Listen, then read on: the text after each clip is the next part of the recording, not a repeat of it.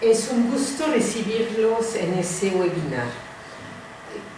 Creo que hay primero que pensar un poco la razón por la cual hemos estado escogiendo ese tema de la educación superior no universitaria y tecnológica en América Latina. Las razones y los argumentos son esencialmente tres. Primero, una de las tendencias al cambio en la educación superior en las pasadas 2 décadas han sido la diversificación, con sus aspectos positivos y con sus aspectos negativos, sobre los cuales regresaremos, que son, entre otras cosas, la segmentación y a veces la improvisación. 2, porque esas modalidades, aunque con peso creciente, han sido muy poco estudiados por los investigadores. Es decir, crece el sector, pero no ha crecido en paralelo los conocimientos que tenemos de sus lógicas y de sus dinámicas. Hay una desatención que urge remediar. Y 3, porque estamos hablando mucho de los ajustes de política. La Claxo, por ejemplo, organizó en México un evento latinoamericano hace algunas semanas sobre las necesarias adaptaciones de los sistemas de evaluación. Eso es un tema que podemos leer con mucho provecho a partir de lo que concierne todas esas instituciones tecnológicas y no universitarias, que requieren, para que el sistema de evaluación no sea un sistema punitivo, sino un sistema que participe de su necesario mejoramiento. Dicho esto, les quiero primero poner en perspectiva general el crecimiento de ese sistema. ¿Qué tenemos? A nivel mundial, tenemos un enorme crecimiento de la cobertura en educación superior. Si lo ven, según los datos de la UNESCO, en los 15 primeros años del siglo XXI, la matrícula de educación superior hizo más que multiplicarse por 2. Y eso es el último tramo de una tendencia al aumento de la matrícula que viene desde los años 70 y se reanudó con mucha fuerza a partir de los 90. Tenemos también una diversificación de las modalidades de atención institucionalizadas por régimen, por soporte y por formas de suministro. Por cierto, aunque eso no sea el foco principal de esa presentación, quiero señalar que uno de los cambios importantes es el despegue, tanto en las instituciones convencionales como en las no convencionales que nos interesan ahora, de la educación superior a distancia, mixta, digital, no presencial. Hoy, a nivel mundial, 10% de la matrícula de educación superior está inscrita en ellos. Ahora bien, ¿qué está ocurriendo en América Latina? Porque tiene evidentemente especificaciones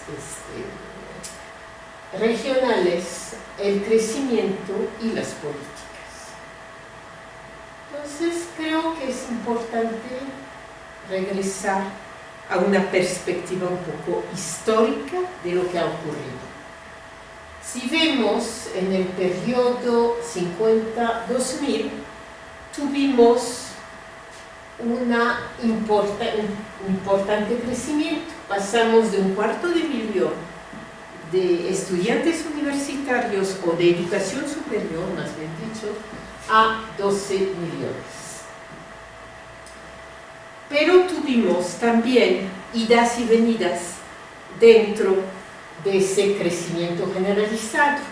Y uno tiene que ver con la década perdida de los 80, cuando la mayor parte, la inmensa mayoría de la matrícula estaba en educación pública, con muchos problemas para las universidades de atención. ¿Qué tenemos en los 80? Tenemos una consolidación inédita de la matrícula en las universidades privadas y tenemos también un interés que se mantiene hasta la fecha por evaluar y acreditar la calidad. Pero ahora, a nivel continental, tenemos también cambios.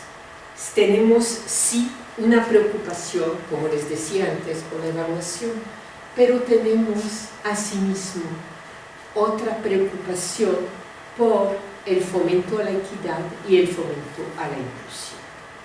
Y eso explica en gran medida la apertura de las nuevas instituciones, es decir, de instituciones que están destinadas a lo que llamamos en América Latina los nuevos estudiantes.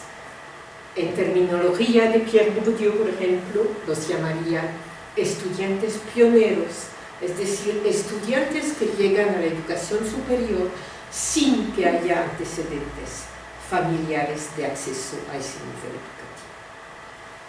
Muchas de las nuevas instituciones, sean tecnológicas o de otro tipo, se han creado entonces para ser instituciones de proximidad, es decir, instituciones cuyo propósito esencial es atender a estudiantes que por una multiplicidad de razones están en condiciones de vulnerabilidad social y no pueden desplazarse para acceder a una universidad tradicional o convencional, sea pública o sea privada.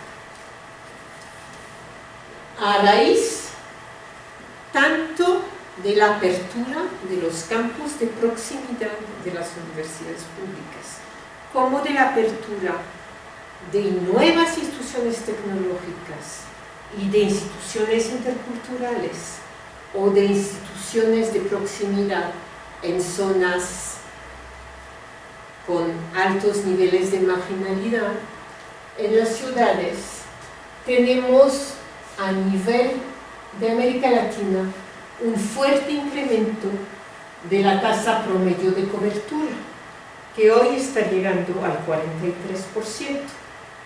Huelga decir que ese 43% es una tasa global, no es solamente la tasa de la educación superior pública, sino también privada. Y tenemos, yo creo, una superación absoluta de los efectos traumáticos producidos por la década perdida de los 80. Y entonces tenemos un acelerado ritmo de creación de nuevas instituciones. 2.310 nuevas han sido creadas desde principios del 2000 en la región. Es decir, muchas instituciones que están ahora en una fase de institucionalización, es decir, de consolidación, por lo cual su futuro es fundamental para asegurar lo que la UNESCO llama una educación diversificada de calidad.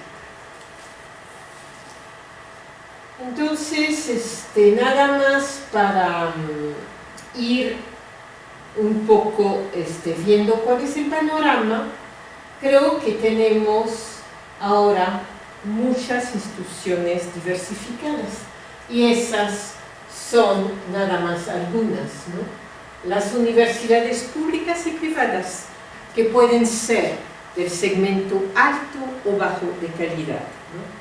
Entonces, es decir, unas instituciones convencionales, pero que se han diversificado internamente con base en el parámetro de la calidad y de las pruebas de calidad que pueden dar a sus alumnos dentro de un mercado competitivo de educación superior. Tenemos también establecimientos tecnológicos superiores que ofrecen ciclos cortos y largos de formación. Y hay un debate que hay que retomar en América Latina, es si las formaciones de técnico superior universitario, como decimos en México, es decir, de formación con visos profesionales en 2 años, son parte o no son parte de la educación superior. Es un tema fuerte en países como Chile, pero también en México, donde tenemos una presión social de los estudiantes para cursar unos 2 años de educación superior y después pasarse a las licenciaturas. ¿En qué momento y en qué condiciones podemos legitimar profesionalmente y dentro del campo académico ese tipo de formaciones en 2 años que gozan de una gran legitimidad en otros países, pero que no han logrado del todo consolidarse como tales en América Latina? Tenemos también establecimientos interculturales con fines de inclusión de la diversidad alteridad y que están hasta ahora esencialmente dirigidos a las poblaciones indígenas y afrodescendientes en la región, en Brasil, en Colombia, en Panamá, en Cuba, en México. Tenemos varias opciones ahí interesantes porque esos han sido espacios de experimentación y de innovación, principalmente en relación a los saberes no codificados por la academia. Y creo que ahí también es una razón para la cual sería necesario voltear la mirada hacia ellos. Tenemos también las instituciones de educación superior a distancia, mixtas o digitales, de las cuales les hablé la vez pasada. Y tenemos también una instalación de proveedores transnacionales de educación superior, cuyo desarrollo no hemos tampoco seguido con suficiente atención. Cuando Claudio Rama era director del IESAR, se hizo un trabajo comparativo de su instalación. Creo ahora que sería necesario actualizarlo. Y tenemos finalmente establecimientos de régimen abierto con vocación de atención social, es decir, se ha creado recientemente unos establecimientos en varios países de América Latina que tienen por vocación recibir a prácticamente todos los estudiantes que lo piden. Y eso es de nueva cuenta un cambio en relación a los últimos 20 o 30 años en los cuales las universidades han sido públicas, incluso han sido cada vez más selectivas. Ahora tenemos de nueva cuenta esas instituciones en las cuales la vocación principal es de atención social, y creo que no es inocuo pensar en el discurso de los economistas sobre los beneficios sociales de la educación, en lugar que está reemplazando en algunas partes el discurso sobre la educación como un espacio de formación de profesionistas. Entonces creo que hay ahí toda una serie de cambios que están en juego sobre los cuales tendríamos que reflexionar, tanto en términos de investigación como de política.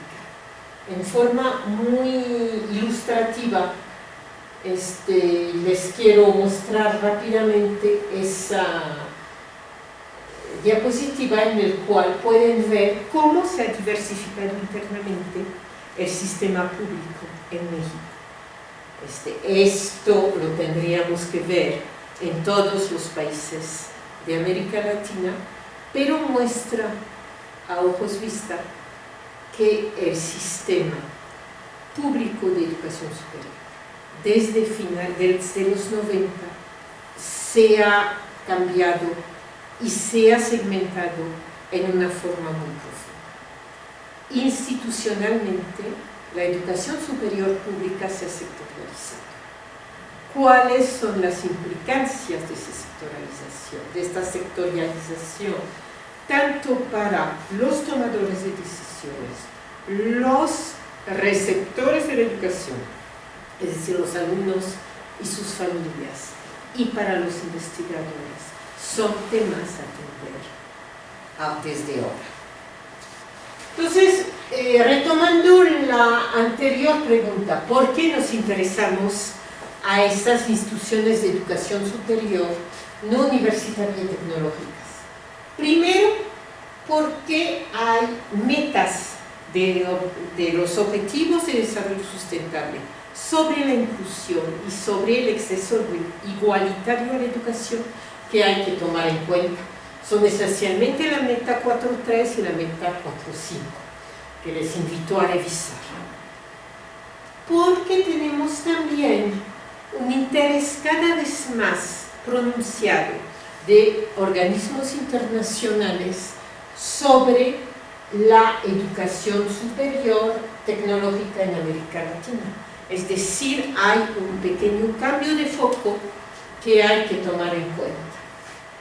¿Y por qué tenemos programas de expansión territorial para la inclusión social focalizada en varios países de la región?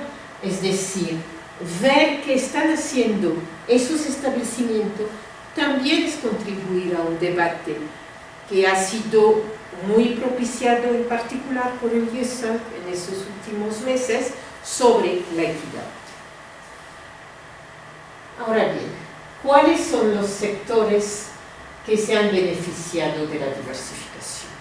Creo que son en nuestra región esencialmente tres. Uno es la educación virtual y a distancia en sus distintas modalidades, principalmente a través de la provisión de una educación superior en español a través de los proveedores que ofrecen unos servicios de enseñanza virtual en español. También está la educación intercultural, que se ha desarrollado en países como Brasil, Colombia, Chile, Nicaragua y Perú, entre otros. Y tenemos también lo que nos interesa principalmente, la educación superior tecnológica. Hay un incremento de la matrícula en educación superior tecnológica que urge tomar en cuenta, tanto para saber cuáles son los aprendizajes significativos de los alumnos en ese sistema, como su funcionamiento en tanto un sector que se está volviendo cada vez más relevante en términos numéricos, pero también en términos de permitir nuevas oportunidades de acceso a un trabajo decente, según la terminología en boga en muchos organismos internacionales, y cómo funciona. ¿Cuál es, en cierta forma, la especificidad de este sector tecnológico y no tradicional? Es un tema sobre el cual tenemos que al cual tenemos que prestar atención. Entonces, ¿cuál es el resultado? Pues el resultado es muy obvio. A pesar de que América Latina, en términos regionales, ha logrado aumentar su matrícula en forma un poco más lenta que muchas otras regiones y dista todavía de prestar una educación superior universalizada, sí ha logrado aumentar muchísimo los porcentajes de formación universitaria entre su población en edad activa. si uno ve, conforme con los datos de la UNESCO de septiembre del 2019, cuál es el porcentaje actual de la población educada con educación superior en los distintos países de América Latina, verá que hay muchas diferencias, evidentemente, pero también que en términos de tendencia regional tenemos un aumento de esta población. Ahora bien, que saben que tanto es suficiente ese aumento del nivel formal para responder a las tendencias del mercado de trabajo, es otro problema que merecería una reflexión a profundidad. Pero sí, ya vemos los resultados formales de este esfuerzo fuerte de los gobiernos y de la sociedad para brindar en forma más universal servicios de educación superior. Ahora bien, ¿cuáles son los aspectos positivos de ese fenómeno? Pues uno de ellos es que las instituciones en América Latina han desarrollado recientemente, de manera especializada o de manera marginal, nuevas capacidades de atención a colectivos específicos y se han focalizado hacia grupos de población marginados o vulnerables según los casos. Creo que esa experiencia lograda en América Latina debería de circular más en red.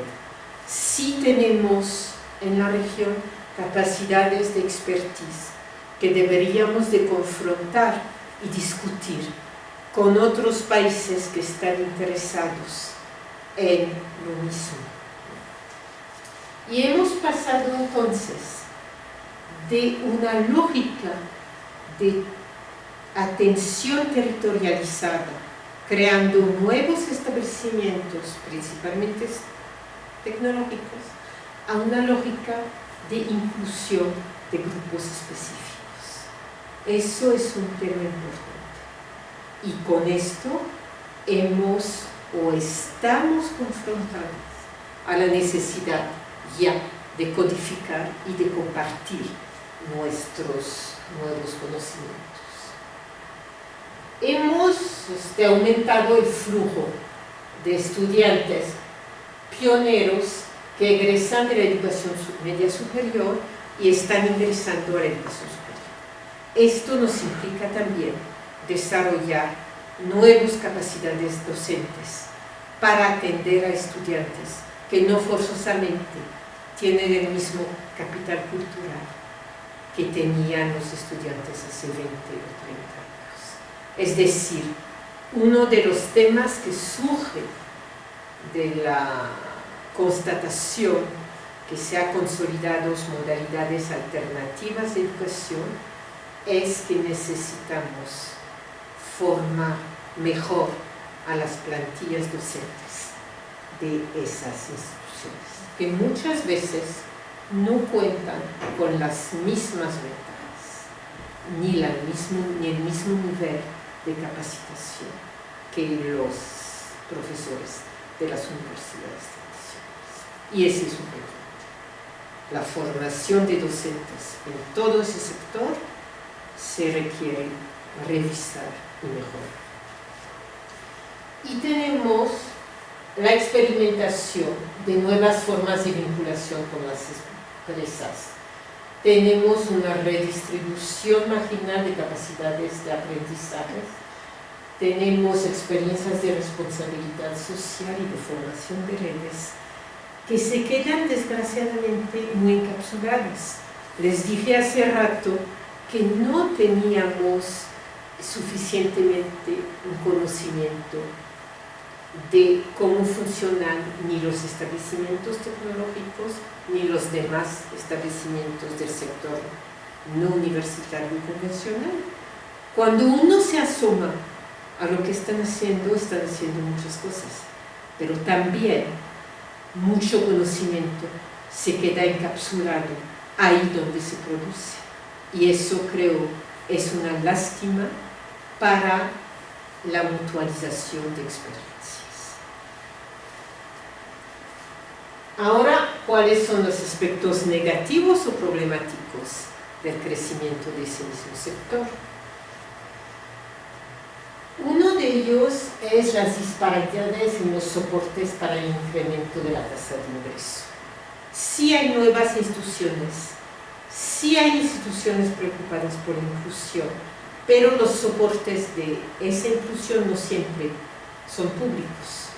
En algunos países de la región, el incremento de la tasa de cobertura no es forzosamente focalizado hacia poblaciones muy vulnerables, porque se traspasa a través del soporte privado. Tenemos también una valoración muy distinta de las credenciales educativas conforme con las lógicas sectoriales de ingreso, sea selectivo o universalista, y el tipo de IELTS. Tenemos, y eso es un tema que a mí me preocupa mucho, cierta mediocridad en los resultados de estas instituciones y una tasa de abandono que es muy alta. Cuando se ha calculado en forma comparativa entre las instituciones universitarias convencionales y esos nuevos establecimientos, vemos que la tasa de abandono crece mucho en lo que son, las instituciones nuevas y no convencionales. Eso es un tema que tiene que ver con la calidad y en cierta forma tiene que ver con la viabilidad a mediano plazo de instituciones que han sido perfiladas por grupos destinatarios, en vez de tener como objetivo central atender a la sociedad en su heterogeneidad y en su diversidad. En suma, creo, y eso me gustaría que lo podamos ver en la sesión que vamos a tener de respuesta y pregunta, ver lo que está pasando en términos de diversificación y de segmentación nos llevaría a pensar una nueva agenda de investigación sobre la educación superior en términos latinoamericanos. Espero que la discusión que vamos a tener nos permita contrastar varios temas en función de lo que hace cada uno de sus países. Uno de ellos es cómo pensamos nuestros dispositivos de orientación debido a la diversidad de la matrícula y de los aspirantes a la educación superior. Otro es cómo fomentamos la integración geográfica y disciplinaria de esas nuevas instituciones entre sí y con el resto del sistema de educación superior. ¿Cómo las llevamos a trabajar en red? Las universidades convencionales lo han hecho mucho. Las otras instituciones han sido más lentas en ese camino. Tenemos también que discutir la selectividad versus el derecho universal a la educación superior, para ver realmente qué implicaciones tiene a mediano plazo el hecho de que esas instituciones estén friccionadas entre las expectativas de las familias de los estudiantes de lograr una movilidad intergeneracional y tener implicancia en el bienestar. Finalmente, creo que tenemos que ver las trayectorias escolares y poner atención en un tema que es un tema a la vez de investigación y de política pública, que es el monitoreo de medios, de recursos y de resultados de esas nuevas instituciones. Bueno, esas son algunas reflexiones que quería compartir con ustedes.